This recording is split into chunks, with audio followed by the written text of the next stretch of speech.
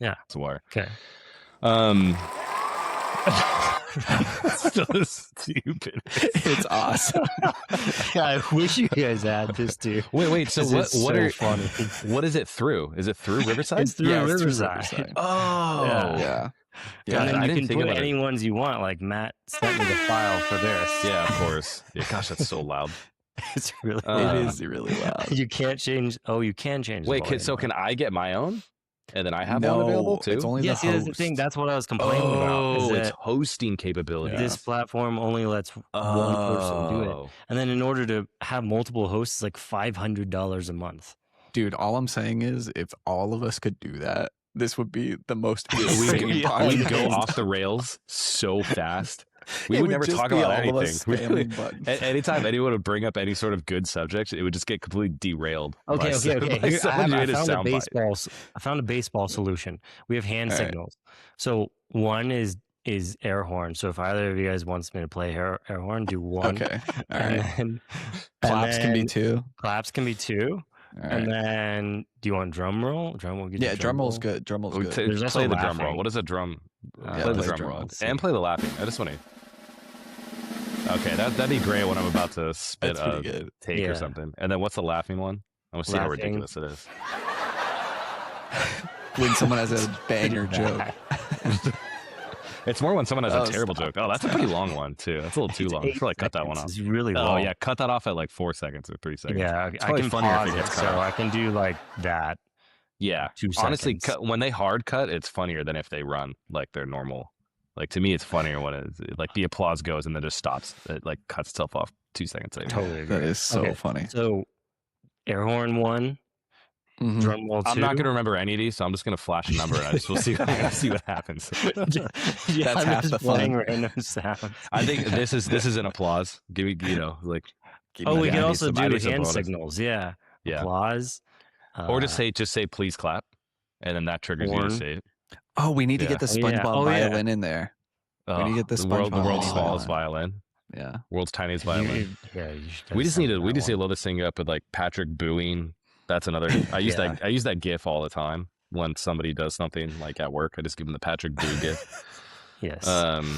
Oh, this is gonna be fun, guys. This is gonna be fun. Anyways, back to March Madness. First off, I try to be fun with my bracket, and it's just so stock. It's just because I feel like with NAL, it's just the cream rises at the top. Wasn't it all 4 1 seeds last year? So that's what I keep remembering is it was all 4 And that's 1 rare. seeds. But They say like, it's rare, but I don't know. The but gap I keeps don't getting know if bigger. we're moving to a future where Yeah. the parity gets wider, like the gap gets wider and wider. And like, I don't think it's going to be 4 1 seeds this year. Like, I think there's a couple teams that are poised to do some upsetting, but like, it's just, I don't think you're going to get these like 7, 11 teams anymore, like into the Final Four. Like, I just Yeah. don't think that's like a thing. The gap given the just talent gets gaps and the bigger payment and gaps. bigger. Yeah. So Yeah. I think it's a sad state of affairs, maybe, for March Madness. But It's part of the larger story of just the end of college sports as we know it. I mean, It's just honestly, we're the fact approaching that the end.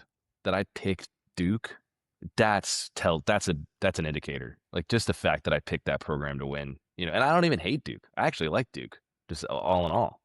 But that just tells me something that I didn't like to know about myself on how stock I'm making these picks. You know what I did do though is I What? knocked Arizona out in the Sweet 16 because Arizona sucks. That team See, is you're fraudulent. smart. They are the most unclutched team of all time. They're so Yeah. fraudulent. There's no doubt in my mind.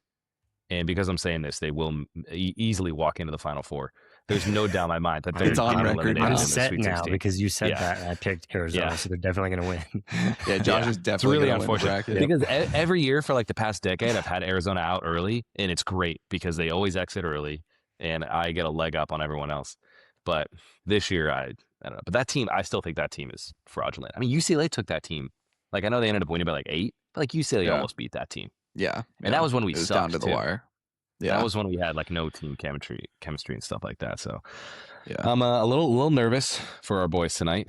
For those of you listeners at home, all three of us are UCLA Bruins, and it's been a rough decade, Bruins. to say the least. There's some highlights in there with our Final Four. Unfortunately, we had a pact to all go to the Final Four, drop everything, go to the Final Four if they made it. And we finally went to the Final Four literally during the height of COVID, and that just wasn't going to happen. And I'm Yeah. pretty sure I think Brooks was born like a week after that game. And going So to that the wasn't Final gonna go Four anyways, but- during COVID like doesn't even count in my head. Yeah. Like it's kind of a It's fake like- Final Four, you know. It's like the Lakers, you know, it's like Mickey Mouse trophies, like Dodgers and Lakers both got like Mickey Mouse trophies. Yeah. He's like, well, I Yeah. can't, is that a Mickey Mouse Final Four? It was kind of a legit Final Four though. I mean, it was a sick run was. from the first Gonzaga four, was you know? sick. Yeah. And that Gonzaga UCLA game was probably one of the best college basketball games I've ever watched, besides the fact Yeah. that we got our hearts split into 1,000 pieces. But the fact that we weren't there to Anyways. cheer them on in person makes it a Mickey Mouse Final Four. Oh, So. I completely agree. And by the way, that pact is still open. I don't even know where the Final Four is this year. I don't think we're gonna make it to the Final Four. I still do think we need to drop everything and go to the Final Four. Well, I definitely would. I'm always available. I definitely Yeah, would. I'm definitely I available. do think that's one of the fun, like, privilege things as we get older. Is just the ability to do stuff like that. That's so cool. It's great, dude. You can just do stuff as a grown up. Like you Yeah. can just go do stuff. Like it's Mhm. sick. That's actually my favorite part about being in my 30s. You just do stuff. You know? Yeah, I Who's started stopping you? realizing I don't have to ask anyone permission to do something. Well, I guess except my wife and my kid. Maybe they would care. Yeah, actually, we all report to a boss, Yeah, which is really our are wives, and then our kids. So Yeah. there's definitely like, because the biggest dichotomy I have between being a parent and doing stuff is like, so like UCLA is playing today, and the game is at Cosm, so I can just walk in the back door and take them. But I was like, I could do that, or I could also just not do that. And that's a tough decision sometimes. Like tomorrow, I was thinking about taking Brooks to the Kings game, hockey game, and I could do that. That kind of sounds fun. I was like, or I could not, because I'm probably going to be tired and want to chill on my first open weekend day in a while. It's a tough thing to measure between doing stuff and not doing stuff. Yeah. It's also hard when vacations now kind of Very active. as relaxed. Yeah, they're very active. Yeah, they're very active. And so yeah, when I'm like, oh, I really want to take a vacation, but then I think about the travel, then going to the airport, then packing, I'm like, yeah. or I could It's just like- stay here and do nothing. And it's tough because I've been trying to decide because I never regret doing stuff. Like I never regret it. Like if I took the kids tonight because Katie's working, or if I took Brooks to the Kings game tomorrow, I would not regret it. Like we'd have a blast, like whatever. So I've been trying to get over that hump more and more. But it's the difference between like rest and relaxation with kids is like, I think stuff can be restful, but nothing's really relaxing. Like Yeah, if you that's take true. the kids on a vacation to like Hawaii or like whatever, it's like it can be like restful in one way, but it's not relaxing. Like I'm not relaxing with my kids, but I'm still Yeah. mentally resting because I'm out of my day to day and like, you Yeah. know. So I think that's another part of growing up. Yeah. We're just growing up. We're just a bunch of grown ups over here. I do feel like relaxing time is, I don't have kids yet, but like relaxing time is already so much less than it used to be. It is. Or just 'Cause like, you're just doing more. yeah. Yeah. I think we do it's find just- ways to rest. I need to be better at intentionally resting. At the end of the day, just like put your phone down and just do something else. I feel like if we just all just put our phones down a little bit more, What? that's where you probably could find true But what if I rest. get emails or texts? I don't understand. I don't know. have to I don't know. respond. I don't know either. I don't know what to tell you. I do know, yeah. because I mean, I'm in Keystone right now, and like I've just been Oh, going sick. How's Oh, the sound? nice. every morning because it's 68 degrees outside. Yeah, I was gonna say, dude, it's so Oh. warm. We're not even bothering to ski. But I just like go walk on this trail for like an hour every morning, and it's so nice. I feel so much more Yeah, it's relaxed after that. Can't believe it's Just, like, 68. Is there any snow Yeah. left? It's so sad. It's March 20th. I mean, I can see the Should be mountain. prime and it's like mostly spring season. brown. That's so- tough. I mean, is the upper half of the mountain fine or something? Probably, but I was like, I Looking don't for feel like anything. lugging my stuff to just go do crappy skiing. So Keystone's just not that big, did right? another. It's not. I don't think it's a very Yeah. good resort either. So I was like, kind of. Well, you can pop over to Breck, right? Like, is that there's Yeah. not like 15 minutes away? They have a decent Yeah. downtown, like a little downtown. Yeah. We It's can been a go to while. I Breck. haven't been there in a or while. But Frisco is actually where we like to go. Have you been there? oh yeah, Yeah. They got like good brewery over there going tonight. Mm. Got some chicken, fried chicken. So You know, breweries. Let's talk about breweries for a second. And now this could be Love it. totally anecdote information, and just I see a headline and that takes up space. people are drinking less. That's true. You know, Gen Z doesn't drink as much. I certainly don't drink that much because it feels great when I don't. I have heard that, you know, breweries are shutting down. Like we're definitely well past the peak of like microbrewing. And I don't really know what it's transforming into. It's not like they're being like all bought up by Coors and like whatever. Yeah. It's just like, I don't know if the hobby is Not slowing enough down business. or like, Yeah. it's just like a straight up just a not like if 20% less people are drinking, then there's 20% less room for whatever I saw that. breweries. I saw that with Central California wineries too. A lot of old wineries. Yeah, you know, I saw that with going under. A big Napa winery shut down. Gallo. Isn't Gallo? I Oh. think Gallo was one of them. Oh, really? I didn't hear They don't that. have a winery. They just make wine. Is that? They source is that they source their different? grapes from other stuff. Gallo makes a lot of wine, but they don't. It's a I don't wine think maker. they're, like, yeah. I I'm don't not think a they Is have that any different? Not a locations. great producer. Yeah, because some places, like a lot of places, like won't grow their own grapes, Oh my gosh! and then a today lot I'm of learning. some only grow their Yeah. own grapes and then ship them off. Yeah, And see, don't- Gallo's shutting down their Napa facility. Yeah. Okay, Oh, I think that facility, must have been the big one that facility. But that's Yeah. pretty Well- interesting because obviously Napa's full of a trillion wineries, but That could also Yeah. be a strategic thing. They really struggled getting into the premium market. yeah, see, that's what I wonder Oh, though. Like, yeah, is it see. adding to some narrative like, oh, Gen Z doesn't drink, so like Yeah. Gallo's shutting down? I'm like, no, I don't think.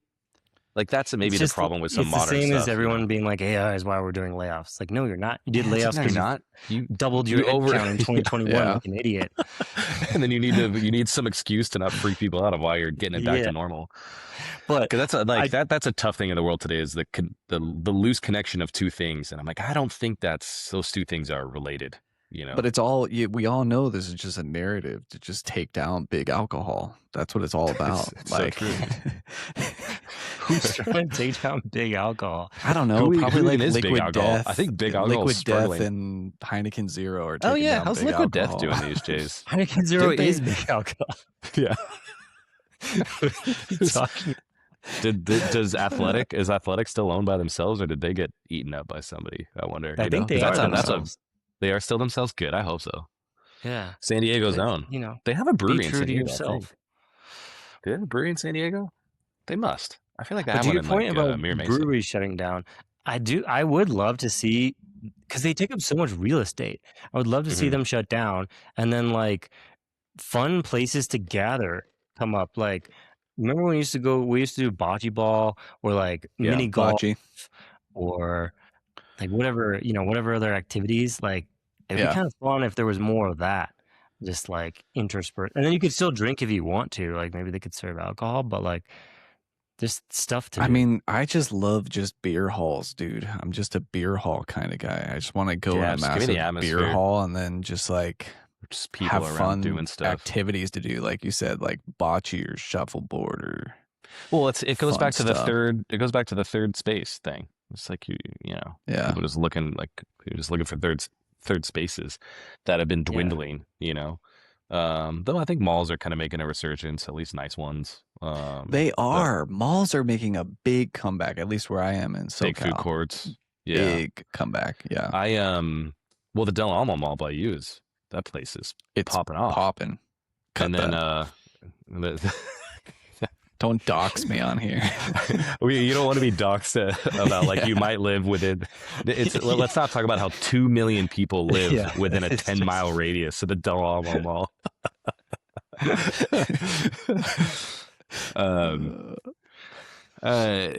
That is obviously popping off as an indoor mall, which is rare in Southern California because we don't really have indoor malls because the weather's so nice. Conversely, my favorite part is what's the other one? Was it South Bay Plaza that has the Yeah, AMC? And South it Bay. has like Yeah. an AMC and a Hot Topic, and that's it. Mhm. That Yeah. needs to get knocked down. I heard there were plans to Mhm. knock it down, and then the company went bankrupt over COVID or something. Or sorry, AI took the company out over COVID, and then they lost all their people. And now it's just the AMC. That I don't know. happens. AI tends to do that. Sounds AI about right. tends to do that, yeah. Yep. So Yeah. my new bit is just blaming everything on AI, even really obvious things like, wow, why is no one in this mall? Must be AI. AI Yeah. did it. Yeah. That's a pretty good bit. I like that. Speaking of So- AI being labeled as things that it shouldn't be, and I'm just going to say this was AI, but this is algorithms. I went to lunch with a coworker today, and on the way home, we were talking about like 7-foot bigs in the NBA. He like brought up a specific guy that I think like is maybe the dad of one of his kids' friends in daycare or something like that. He's like, "Do you remember this guy?" He was like one of the first 7-foot like white guys that could actually shoot and like kind of was like one of those original guys. I get back, I open up X the Everything app, and I get served. I should have sent you guys a screenshot. I get served this ad that literally says it's from Algorithmic Athlete, how NBA 7-footers are shooting from downtown this season. I'm like, what?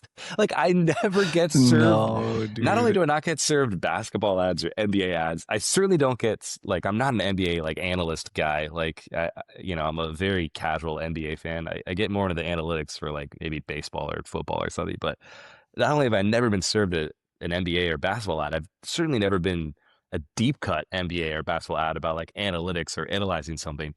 And all I had to do is have one conversation with my coworker in the car.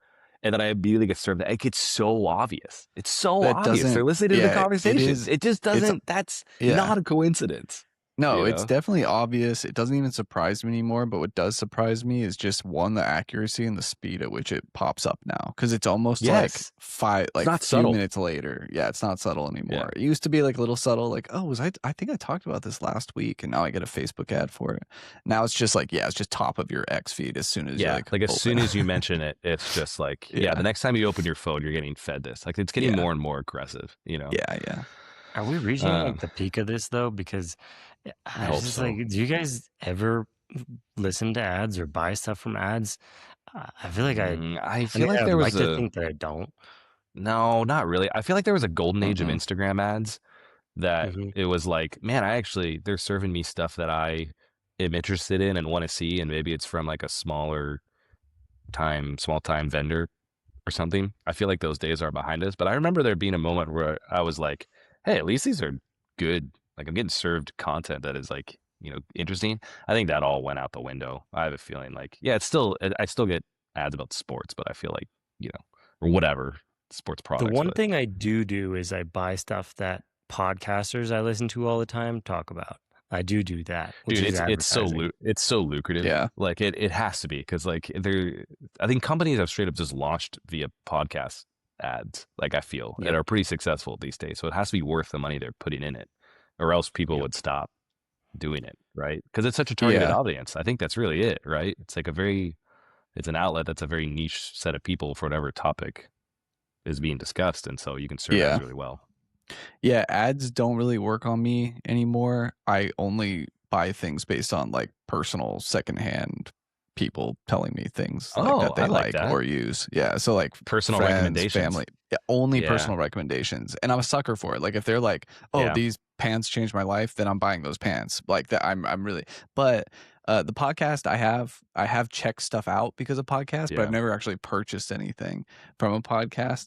But what's actually been working on me now that March Madness is on, and like I'm watching a lot more live TV. Like I don't really watch a lot of live TV, but now that March Madness is on, I'm watching a lot of sports. There's a lot of commercials for like restaurants and stuff, and particularly Buffalo Wild Wings. Oh. And I haven't been there in a while, dude. And that is triggering something in me that's like, oh yeah, I kind of forgot that I could go there because I have one really close by. So I'm like, I gotta go get some wings. So that is working on me. Like, I gotta say, B-Dubs is, in my opinion, not very good. They certainly have a great ad campaigns. Their prices have skyrocketed, but it reminds me of I was reading about this amazing lawsuit where somebody I gotta look again. I gotta better look at these details. Was suing Buffalo Wild Wings about their boneless wings not actually being boneless wings. Like it's, a boneless wing is a glorified chicken nugget at the end of the day. I heard about this. And anyways, it didn't work. The judge had a pretty hilarious like ruling that like was like used puns and stuff. Like there wasn't enough meat on the bone, like, for this guy's like, lawsuit or whatever, all this stuff.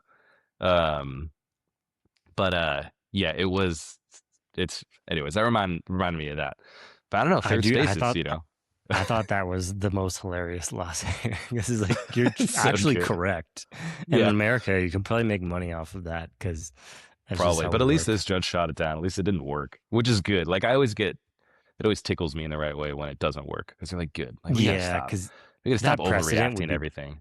Dude, that a precedent would be bad, bad. bad precedent. Yeah. Yep. Uh, Yep. Yeah, that's so funny. But Buffalo Wild Wings is incredible. So let's go on a Buffalo Wild Wings tangent. So Buffalo Wild Wings, okay. I So want you to know talk how about most Chili's after. places do like kind of cheaper food, but like more expensive beer because like you make a lot more money on the beer in my head. I'm like, typically I don't really see like cheap beer a lot of times. It's like, you know, the food No. might be whatever, but Buffalo Wild Wings, I feel like their food is so expensive. But It their is, beer's dude. pretty cheap. Their beer is cheap. It's So somehow the opposite. when you're, yeah, it is. you go there to somehow the drink, opposite. and you're like, I might as well get some food, and that's where they make their money. Their wings are so expensive. Yeah, They're very expensive. Well, they want you to get a little boozed up, and then you're starving, and then you're you already want to there. crush some wings. Yeah, I went to. We have a yearly tradition with my friend group, the guys I play fantasy football with, my San Diego buddies, and I'd say like every other year I'm able to make it, but they go to Buffalo Wild Wings like around Christmas time when everyone's in town, and like I don't know, watch football one day and hang out, and you know usually someone's doing like the fantasy loser bet or something like that. And I remember going one year, I had like 6 wings or 8 wings or something and 1 beer, and I told my buddy, I was like, hey, just Venmo me, you know, later, figuring that it'd be like 20 bucks, I don't know, with tax and tip. He Venmo me charged. This guy wouldn't like do me dirty. It was $31. And I'm like, for 6 or 8 wings and a beer? I'm like, how does that math even? So it was like $3 a wing, plus the beer, plus tax tip, or like, but I'm like $3 per chicken nugget. Didn't sound, anyways, it's anecdotal to your complete point here. Yeah. Speaking of can I change the subject to Please. grocery stores? Because I have been seeing the most insane anti-inflation. So I love this. Have you guys ever had Truff hot sauce? Yes. So I heard good. they're redoing their labels in a negative way. I think they got rid of the super simplified label and they're adding stuff to it. But then again, that was just like hot takes. I mean, honestly, I think they look kind of nice, but please continue. Okay, so they cut the price in half for the same product. I went to the grocery store the other day. It's $8. It used to be $16. Did you look it up into like why or how? Well, the label at the grocery store explained it. It was just like, we relaunched the same product and cut the price in half. It literally said that. But it's like, I can't tell if that's like sick or like, what'd you guys do? You know? Okay. Did they find new distributors? Yeah, or they just like, ingredients or something? It was like, or maybe some market research said, hey, you'll sell way more if these are priced more aggressively. Yeah, maybe. Yeah, I'm curious. I feel like it was just a margin thing. Man, that's rare. Yeah. I love hearing that. It was nuts. Okay, and then everything. Like Nicole bought 12 ice cream bars, $3, and I'm like, a year ago that was like double that price. Insane. That's really cheap. I'm in on that. I mean, they got hyper aggressive for a minute there, to the point where I still haven't shopped at Ralph's in ages. I mean, when budgets are tight, I feel like hot sauce is one of those things you're not really going to get a premium product for. Yeah. Like when people don't have a lot of money to spend and budgets are tight, it's not like you're going to be grabbing the premium hot sauce. That's like you Starbucks. Might just grab the top Starbucks sales dropped like 90% during the financial crisis or something like that. Because it's like, what's the first thing you cut? It's like coffee you don't make at home. Right. Yeah. They did for like the last year, because I love that hot sauce. They tried like cutting the price in half every other month, and I would only buy it every other month. So that probably everybody else did too. And then they're like, our sales go up. Our sales went up 5x. That offsets the margin. They are certainly doing that. Like I see it at Whole Foods all the time. Like I have 1 pint of ice cream that I particularly love, Strauss Cookies and Cream. It's the best ice cream on earth. Oof. And it's so good. And they keep like the price changes every single time I'm there. And I swear they're just seeing what happens at certain price points. Like, if we put it on sale, do we immediately sell out? And then that's actually kind of an indicator of like, okay, there's an appetite for it or whatever. So like how much can we stretch the price? Okay, well, sales stop if we hit $8, which is a lot for ice cream, but that's $8 pint is pretty standard these days, which is tough. It's tough. But yeah, I feel like the hyper optimization of society is also kind of tough. And that's a lot comes back to AI and things like that too, of just over efficient, over optimizing stuff. One more thing to attribute to AI. One more thing, dude, the price of my ice cream. Yeah, and that actually probably is, to be honest. But it is kind of the same as the ad thing, though. Like the instant ad serving is kind of the same as like the instant price change. Have you been to a grocery store with the digital prices? oh yeah, you just see they just No. That is they're infuriating. they're just changing them just like every day. Yeah, It's a digital price thing, and it changes by the hour, and you're like, this feels so dystopian. Surge pricing in grocery stores. Well, the super dystopian Yeah. like Black Mirror kind of whatever is like depending on who walks up to it, you know, it like changes the price. It's like, hey Ethan, you love Strauss cookies and cream. I'm gonna charge you $10 because you're probably gonna buy it anyways because you're a sucker. Hey Matt, That's you've never had also- Strauss cookies and cream in your life. How about $5.50? Because maybe you'll try it at that price point. That is the downfall of so society, which is rife illegal. for racial Yeah. profiling. Oh my That would gosh, be it's real bad. Yeah, really Yeah. bad. It is technically illegal to do that, but that's if you want to go down the full pessimist avenue of all the dynamic stuff. I'm more of a mint chocolate chip guy, anyways. I think They have mint AI knows chocolate that. chip. So you should try Strauss mint. It's like one of the best creameries in California. Like, Should we just make a their butter's competing? good. Their half and half's good. Should I we love just Strauss make like a products. competing podcast to the Foodie Boys? Should we just be like the Foodie Men? Oh, yes. And we just talk about food the entire time. I'm I love down. those guys. It does. That is everything good out of the modern age is encapsulated by those kids in that podcast. In my opinion, like that's how you take something like that, and it just makes me Genuine happy. conversation. Yeah. Mixed it's with just- distribution of a podcast. Incredible. You know what's man. interesting? I was thinking with the internet is I feel like, my high school had its own like, language and dumb stuff that we would say all the time or whatever. And I feel like all of ours probably did to a certain degree, but none of us were on the internet. So none of the high schools were communicating to their shared dumb language about, phrases or like things like that. And so it felt like pretty localized to the area of the stupid stuff that we would say. But in this age with everything connected, that's where I feel like you get these national phenomena of all these like this language and all the like whatever slang, and then just the whole country is using it at an age range rather than localized areas. And I just think that's kind of interesting, I don't know.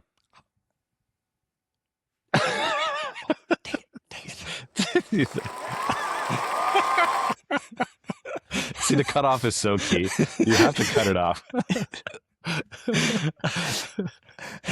I do think it's true. Okay, so I don't. My mind always finds patterns, so I'm finding all the patterns between what we're talking about. I'm like the unalcoholization, the hyper ad scaling, whatever, the surge pricing in the grocery stores, the fact that like our interests are now just like a hive mind. I just feel like it's interesting, man. You're onto something. all of it just ties back to like people want. And maybe that's why they listen to a podcast like this, like where it's literally just the three of us talking, or like you listen to how Theo interviews people. It's just like that dude is just talking. Like He's just talking. Yeah. And that's what makes the best talker. content. Yeah. I mean, he's very, very good at it, obviously. That's why people listen to his stuff. But yeah, it is an interesting, I don't know, the connectivity. There's like everything, there's optimism and pessimism on side of all this stuff. But which brings me to a point that I had written down as a Oh yeah, should we start?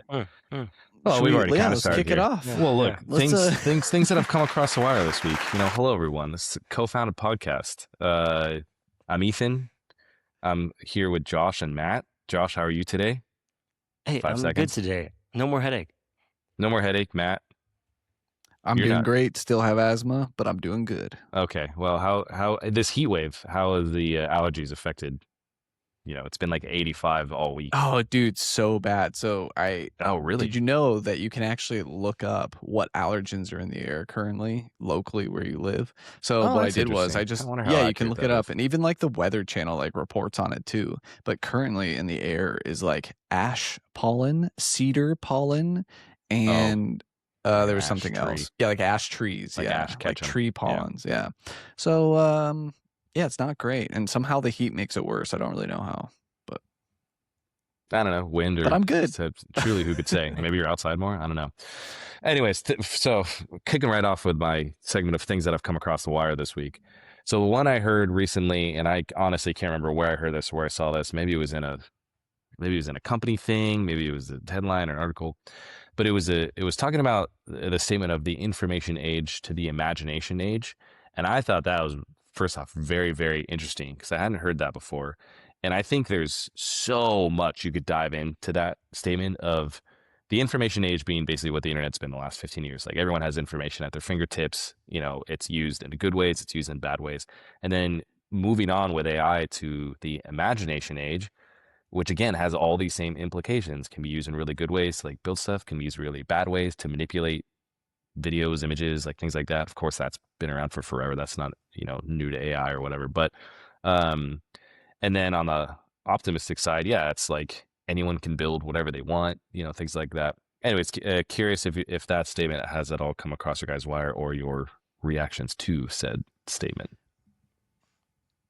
I haven't heard that exact statement, but boy, oh boy, that seems pretty relatable. I was actually talking to the team this week and I was saying, hey guys, it's so easy to build stuff now relative to where we were like last year or 2 years ago, that now more than ever, we have to really use our brains to think about like what are the top priorities that drive the business forward and stuff like that. And kind of what you're saying, Ethan, or what that quote was saying, like can we do this is out the window. It's just the answer is yes. So now it's about just any like doing whatever your brain can think of imaginatively to build whatever business or product you're trying to do that makes it unique. There is like a downside to it where it's kind of like, I think what we're seeing with everything, and we kind of touched on this last week, but everything's converging to just be an all-in-one platform. And so what is that imaginative, creative spark going to happen that makes like your particular business or product like stand out from the rest? Yeah, and I think that, I mean, that goes into another point that I wrote down that we can get into in a minute, but it's just like another quote of like everyone is 7 out of 10 at their job. I actually want to dig into that separately, but it kind of speaks to what you're talking about. Like everyone can create something. So what actually separates, the great from the good, from the not good, from the terrible, and then, going back on just like a social standpoint of just information age and the good, the bad, and the ugly that's come out of that, and then the good and bad that can come out of the imagination age. I don't know if it's scarier or less scary or better or worse, but it's something, and so that's interesting. Anyways, Josh, what's your reaction to that? Yeah, I'm like, this is 100%. But also, no one has an imagination because because imagination, at least I read all these books about psychology and stuff, and it's like imagination comes from the lack of thought. And we never lack thought because every time we lack thought, we'll open an app and doom scroll until we find something interesting. So I'm like, no one has an imagination anymore. Everything is so boring. Like media got boring. Every TV show is the same. I haven't watched a movie that I was genuinely engrossed in a long time. I think Oppenheimer is the last one. It was like 2 years ago. Great flick. Yeah. This is a good movie. But it's like no one has an imagination. So maybe now the way to actually differentiate yourself is to create enough space where you can actually think for like more than 10 seconds before you're like, oh, I got to find the next thing. Yeah. Or just everything's so formulaic, For our viewers and listeners, I have 2 tips. These are Matt's tips. Which one did you get? Nice. Okay. Dang it, that was a joke. Hold on. Oh. I was going to say, Matt's joking because Matt just never has tips. So that's why is that called drum joke? That's the stupidest drum name. Joke. I was really, well, I really because wanted that's what you do at the end of the joke. I wanted the air horn, but it's okay. Well, you should have signaled what signal was the air forgot. horn. Yeah, that's why I was panicking. Yeah. But that doesn't even make sense either. Yeah. The drum roll is probably more appropriate. What I've noticed recently for me, the 2 spaces, which I didn't even have to change anything in my life, that I found that are my imaginative spaces are showers, which everyone knows that. It's like shower thoughts. Dude, it's built Showers are key. Yes. So showers are key. I hope my wife isn't listening, but I do extra long showers. Like I do extra long showers, and I like just think for a long time because it's the only time where it's like quiet. Yeah, because especially if you same thing. Yeah. Exactly. Especially if you have kids, it's like kind of a privacy time. You know, dads like to go there's that meme where dads like to go sit on the toilet for a long time. And it's true. It's because we kind of like the peace and quiet to kind of break away for a little bit. Rushing, you know. The second one, I don't know how many of our listeners or viewers out there have dish duty, but I have dish duty in my house. I have kitchen duty to clean the kitchen at the end of the day. That is also a very nice time to just clean some dishes, get some suds on your hands, get in there and start cleaning and think. And so, and I'm not a big reader. Like, I know when I think of imagination, I think of like reading's kind of imaginative. I don't read. I know I should, and I don't. But I do listen to Dungeons and Dragons podcasts. Sometimes while I do the dishes, and then I realized the other day that is reading. Like, that is just fantasy novel going on, like while I'm doing dishes. And I don't know if it qualifies as reading, but I mean, it kind of does, right? It's kind of like the audiobook thing. It's like, is that really reading? Kind of. I think so. It counts. I think it's like triggering that same. What I'm trying to say is, I think it triggers that same creating visuals in your head. Yeah, creating like, visuals in your head, which is what reading, like that's how I read. Yeah. I'm like constantly creating images out of what I'm reading. I don't know if you guys do the same or not, but I don't know if everybody does that. Visuals in your head, that's a banger. That's a banger. That is a banger. Creating visuals in my head? Yeah. I don't really know if that deserved an applause. So that's I think that's what it is. Because isn't that what imagination is? Yeah, 100%. Oh, I just didn't think that was very profound, but I'll take it. It's because you're a designer. That's why he thinks in visuals. I've probably said that. Like, that's like super normal to me. Oh yeah. See, to me and Josh, that was mind blowing. Talk about that. Yeah. That's interesting. I think of code in my head. Okay, I don't think of visuals. I think of how I build I think it's C++, bro. Gosh, man, that's dark and deep. That'd be tough if you thought in C++. Well, I also think curiosity is an aspect of imagination, and that also big time. I was on a rant earlier today because I get really frustrated by people that are just not curious about anything. Because I get pitched a lot by people. They'll ask me one question, and then I'll give a thoughtful answer, and then be like, "Okay, so do you want to buy my thing?" And I'm like, "No, I don't." And then I also talk to people that like make a ton of money who are like super successful, and all they do is ask me questions. And I'm almost like, I'm not smart enough to answer your questions. You're way more successful than me. But it's like people are just like stuck because they don't know how to be curious and get ideas. Well, you know what's funny about that is I've been thinking about doing this podcast with you guys a lot, and I've been thinking like about just existential questions about like what makes good conversation and stuff like that in my normal life and in my business meetings and stuff like that. And what I landed on is it is about being genuinely curious during a conversation. And that's where genuine questions come from. That's where genuine answers come from. Interest. Instead of just a lot of times during a conversation, you're just thinking about how you're looking or how you're sounding and stuff so much that you're not really genuinely curious about what the person's feeling or saying or the question they pose, which I'm guilty of during this last 45 minutes, you guys. Sometimes I was just zoned out thinking about myself and not even caring about what Josh had to say. Do you hate me, dude? Do you hate me? It's pretty normal. I mean, hey, I'm being vulnerable. I'm being vulnerable here. Hey, well, I just remembered that I had this donut. Dude, I got more excited about this. I'm looking at you really hungry. I know, it's like an M&M. I looked over and I was like, I forgot I had this donut. So sick. I've never seen brought Voodoo donuts. Many M&Ms too. Yeah, it's Voodoo, which I think is a Portland donut company. I didn't even realize they have that. They have one of those by you, dude. Apparently, I gotta look up where it is. You. Yeah, well, we're all in Los Angeles. Actually, that's not true. We're not all in Los Angeles area. Yeah, that slims it down to 9 million people. Let's see where Voodoo Donuts is. There's one in Venice. I didn't realize. I didn't know that. Huh. But then there's one in they're all over. There's Mid-City. one in Denver. Oh, seriously? Yeah. It's a 24-hour spot. Am I thinking of the right company? The one that was born in Portland or whatever? Yeah. It's Portland. Yeah. Yeah, it was good. Yeah, it's good. Anyways. But somebody told me this once. Listen to understand, don't listen to respond. That's the other thing. Everybody just wants to have a one-up on everybody else's take instead of being like, oh, let me actually unpack what you're saying and try to understand why you said it. We've just gotten in this like stupid, like BB gun match of like nobody ever listens. Everybody's just trying to tell everybody else what they said is wrong. Yeah. Were you guys ever big into BB guns growing up? Dude, I was a terrified child.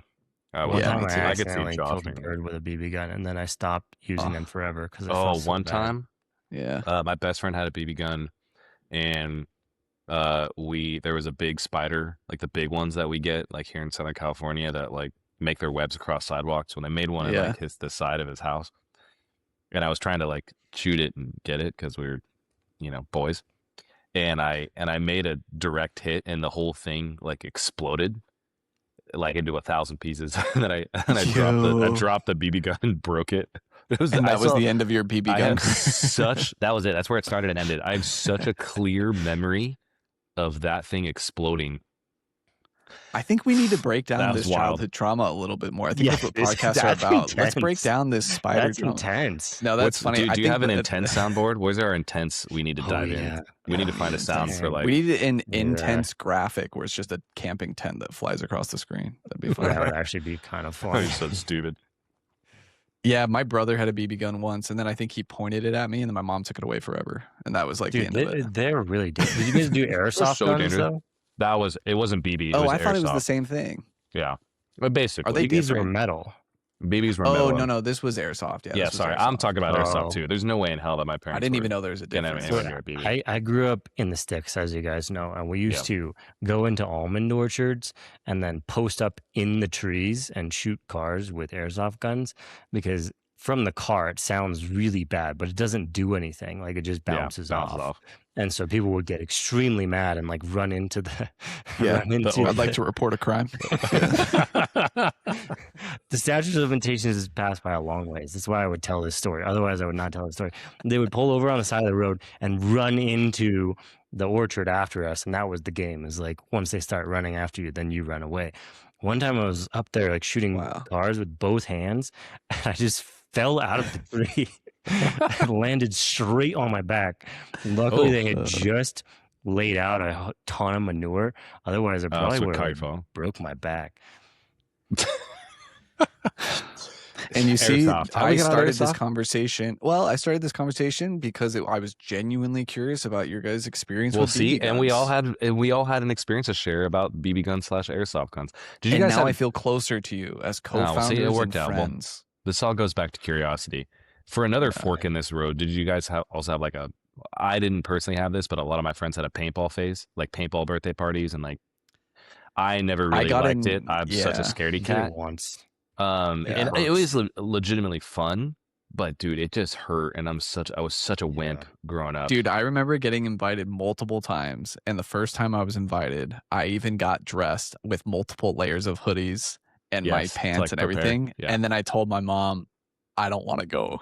And so I stayed home because I think I also chickened out completely. Yeah, once or twice, and like I'm like, this is not for me. It's too scary. Like it hurts too much. Like because kids would come to school the next day. Even as an adult, I'm like, would I do it now? I know they'd be showing off the bruise. I'm like, dude, I don't. Would I even do it now? Like, I don't know. I don't even know if that sounds fun. It's not. I went like, should we go play? 10 years ago. So like as an adult. Is it still a thing? And it was so painful. And also I went in the Central Valley, which was a little scary because people were taking it really seriously. Yeah, well, they got nothing else to do. They were like doing militia training. And I'm like, I don't think I want to be around this. Ours was in Pendleton growing up. Like it was like in really? You got the ex-military guys. Yeah, we'll be running it. Nice. Yeah, it was like in the hills. Oh, actually, now I'm kind of curious where exactly it was because I had no perspective as a kid. But another thing we might all have in common. Did you guys have slip and slides when you were kids? Oh yeah, of course, dude. That's standard. Like stuff. Homemade ones? No, like the actual like ones that you would buy, and you could string them together. Yeah, of course. Yeah. I don't know. Those still have to be fun, right? I gotta go. They have to be a thing. I would still have. None of us have backyards. I gotta. You know what? I should get one to put in my parents' backyard next time we go down there. Yeah, so it's probably gonna be warm and funny because the kids would have a blast on that. They're such a good time. Now that like Brooks can run pretty fast, he'd probably have dude. Yeah. Big slip and slide guy. You know, I gotta say, been to a few kids' birthday parties at this point that have like blow up like obstacle courses stuff, those still hit. Like the big slides, they still hit for, like pretty good. Like I don't really know if there's like adult versions of those out there, really big ones, but man, they still That hit would be pretty good. such a fun third space, like an adult, I'm like sure it exists. Bouncy American castle. Ninja Warrior. Yeah. You could Oh just go yeah, with your dude. buddies and see Oh who my can make it the gosh, furthest. that has to exist. That would be so fun. We'll do some research and get back to the listeners. That has to exist. Actually, I think the time is ripe for this if you guys want to start this, because I think people are turning against the atmosphere around trampoline parks is turning extremely negative because the amount of injuries that are happening at trampoline parks for kids. There's some great compilation videos out there. Yeah. I don't know if you've ever fallen down that TikTok. Yeah, exactly. That TikTok wormhole of like trampoline park accidents, or like ex-employees telling you all the disgusting things about trampoline parks. It is wild, bro. Wild. So I think they're pretty fun though. The industry, the environment is ripe for a new type of a new safer alternative. I don't know if a safer alternative exists. Well, a new one has a better terms and conditions. That's what I would say. Oh yeah, yeah. American Ninja Warrior. You know how like there's ski resorts, right? They like pass these state laws where you can't sue the ski resort, right? Oh yeah. So we just need that. You told me that. Yeah, we need that. No, it's true. Like that's most things. You're fully responsible for your own like risk. Like things just happen. It's an extreme sport. I think it should just be built in that way. That was a good what's on the wire one. Took us down a nice path. Did you have any more? Yeah. Well, let's see. Well, we kind of already talked about layoffs, but AI being the excuse, but it's actually not. Oh, the other comment I made, I wanted to dig into. Everyone is like, what AI does is everyone is 7 out of 10 at their job. And then like, it's pretty easy with minimal effort to be 7 out of 10 at a job or an adjacent job.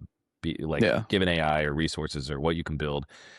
How do you get to the 10 out of 10? And that's where I think you get into that exclusive 5 to 10%, top 5, top 10% zone of like true craft owners can get it to 10 out of 10. So like with tooling, it's super easy to be 7 out of 10, but the real separation occurs just kind of in that last mile of craft to get it to a 10 out of 10. And it's actually really difficult and not everyone can, but that's how you create that separation of talent is like within those last few points. And I think like that's even to another tangent, and then I'll get you guys to react to all this, but like my optimism with AI is like what I try to position it when I talk about it with my team or people in my org is like I'm not trying to do it to like replace aspects of my job or replace who I am. And like I think the whole AI replacing humans, I mean like automation's been replacing humans since 1900, but it's like it's the optimistic attitude I have to be is like, hey, there's parts of my job that are like kind of annoying or repetitive or like whatever. It's like, I want to focus on the stuff that I care about. I want to spend more time doing what I care about doing. What can I get these systems and tools to take care of so I don't have to do that part? So I can go focus on like kind of the true craft ownership. Like an easy example is if you're building an onboarding, like a sign in or sign up flow, instead of thinking, okay, what are like all these edge cases I have to think, like what kind of, how am I doing 2FA? How am I doing passwords? It's like, okay, well, have like prompt something to build that for you, even if this is a wireframe or whatever, and then go in and do the part you actually like to do, which is pushing pixels and doing kind of the delightful moments that are within the experience or, how it looks and craft that. And so then you're not wasting your time thinking about the 6 or 7 edge cases or things like that. You can get something else, something meaning the AI or the tool or whatever, to take care of that for you. Like you shouldn't have to do that. Now with that extra time, I can go do the things that I want to do. So anyways, that's kind of my long ramble, but I'm kind of curious if you guys have similar thoughts, anecdotes. Whatever. I disagree with the 7 out of 10. I would say it's 5 out of 10. And I'm not saying that to be like I can get on cheeky. board with that. I'm not saying that to be cheeky. I'm saying it because I think it just moved the bar of what the average is to like a higher thing. Yeah, so like great point. I think it is just the new average. Like it is just the new bar. Like everyone, something that keeps coming up with my team is like, man, I wonder what junior engineers are going to do because like those jobs like don't really exist. And my answer to that is always just, well, the bar of what a junior engineer is just going to be raised, like because people will learn faster, learn how to be more capable earlier than we did. Like coming out of school, we were junior engineer level, but now those junior engineers coming out of school are going to have a way more knowledge about like how to use AI and how to be productive with it and how to code, because I think Or they're can just going to just learn build faster, stuff. smarter. Like, yeah, they can just like Can just actually build already things. build stuff, or before maybe Right. they needed So I guidance think, or whatever. Yeah. yeah. So I think it just really like moved the bar. But I think you're right, though, that creativity and human ingenuity is going to be a huge premium that brings the cream to the crop, like in any job, Yeah. like how cream rises to the top, advance in their careers, become really important members of the team. It's just going to be like how you can use these tools to your utmost advantage to build something incredible that people like. Really, I think that's like what it comes down to. I agree with both of those, actually. When you were talking, Ethan, it's so fascinating how you're talking about how it builds the onboarding flow, and then you push pixels and like make it, more of the human stuff at the end. Mine's the exact opposite. So mine, I get more time to focus on the craft of creating content. So figuring out who to invite onto the Interact podcast, doing more research, and then the AI takes the long form and cuts it into all these social media clips, which is the only way to get distribution now. As a content creator, you have to make social media clips, but it takes forever to do it manually, and so the AI does it automatically. But then I can see like the trajectory of my self analysis of my podcast interviews is just like going way up, because I actually have the time to think about it. I'm not just like busy all the time and then like last minute, who am I interviewing? I got to make sure now I can spend like 2-3 hours.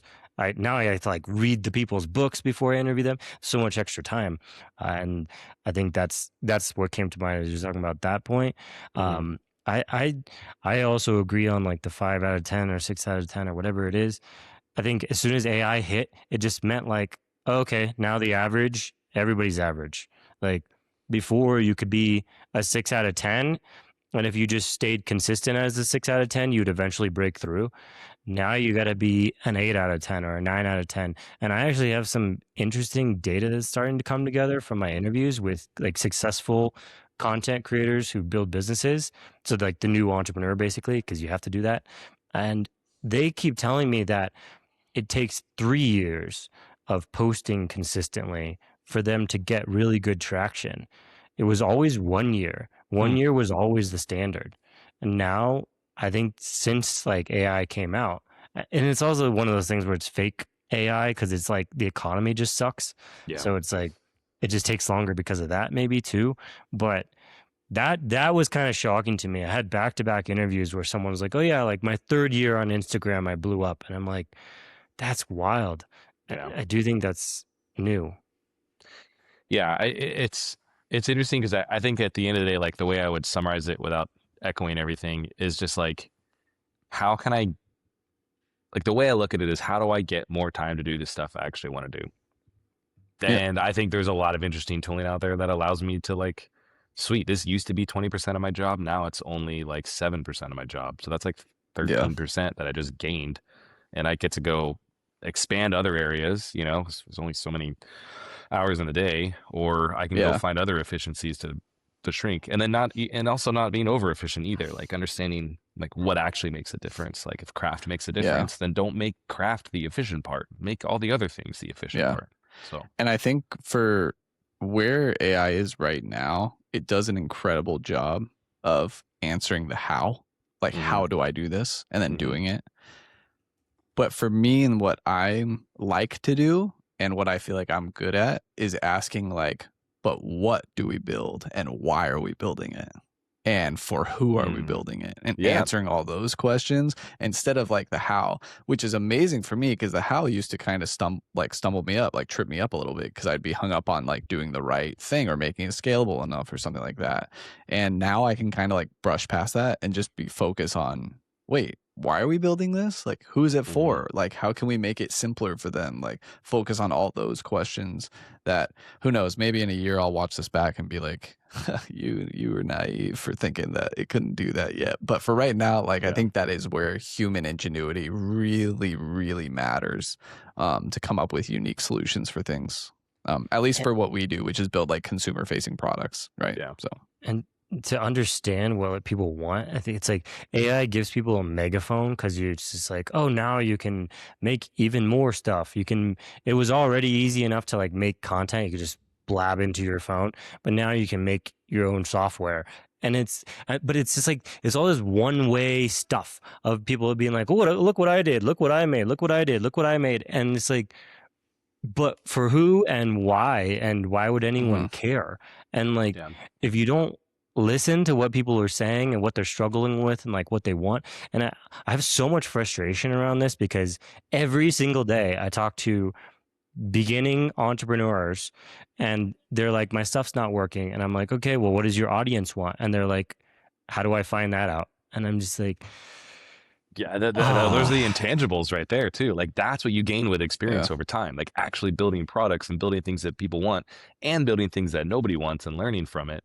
And people just want to skip that whole process because that's the new thing. Everyone just wants to skip stuff, right? Like, and they think AI can skip it for them and everything. And it's like, it's just not in certain stuff, maybe because you can learn faster, but that's not, again, if it all comes back to craft in all, details and things like that, and actually creating a tangible experience, that just, you can't just produce that. Like, it just comes with time. It comes with experience. It comes with that know-how that you just gain by doing stuff, and learning and being curious. What's also funny is Josh and I onboarded with a new software recently, and like all I've been hearing about is like AI onboarding or like AI like increasing your conversions and like AI support and all this stuff. That's all I've been hearing about in my ecosphere. Guess what? We onboarded with this software. It was the best onboarding experience of all time, and the onboarding was being connected to someone on the team via a Slack channel and having them to talk to. Like a human to talk to via a Slack channel. And that was the onboarding process. What and a shocker.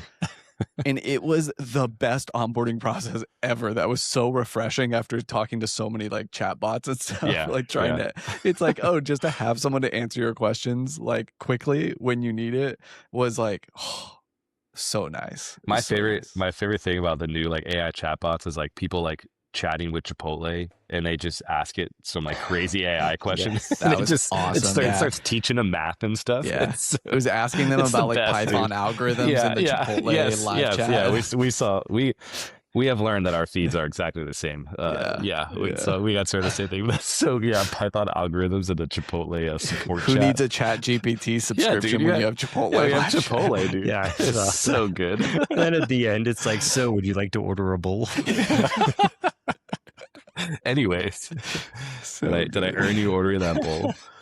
All right, well, man, I know you wrote a couple of things down, Josh, but that was such a good like I'm feeling very pleasant right now. I think we've been going for about an hour, so I'm like, have we been going for an hour as well? Awesome. Literally, we also were on the same exact. My questions were the same, just phrased differently.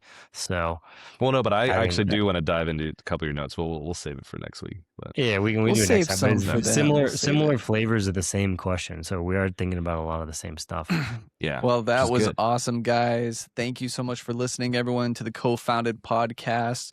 Remember, follow us on Instagram, follow us on X, follow us on YouTube, follow us wherever you get your podcast. It's X the Everything app. You have to say the whole phrase. Everything app. Yeah, you have to say the whole phrase, or it sounds weird. Yeah. You're right. X the Everything app. I'll get better. At doing the outro. But yeah.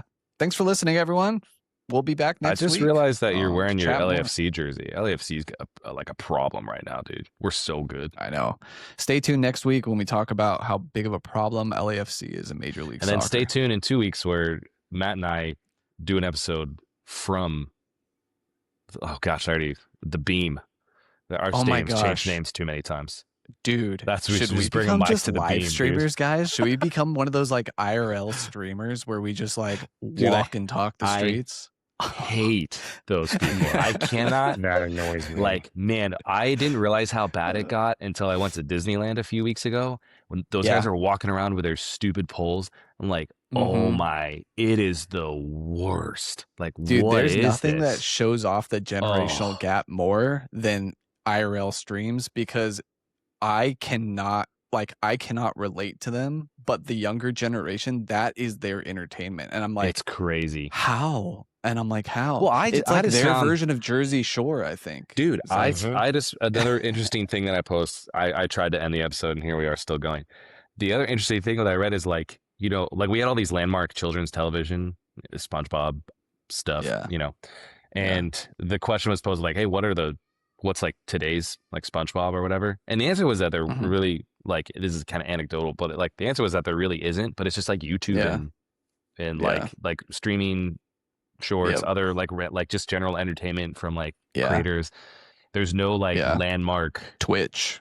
You know, like Twitch stuff, like, and that's what's kind of the consuming the entertainment. And that does make me a little sad that there's not like another landmark like SpongeBob, you know, or something with like that'll distribute good memes later in life, because that's really SpongeBob like fed us just such good content. But that's just interesting. Generation gaps, and as my kids grow up, I'm like genuinely curious into what they're going to be into like in a few years, right? So okay, well, anyways, one more fun anecdote. Well, cheers, brothers. Cheers, everyone. Cheers. Talk to you guys next week. Have a good one. Talk to you guys next week. Go, bro. Later.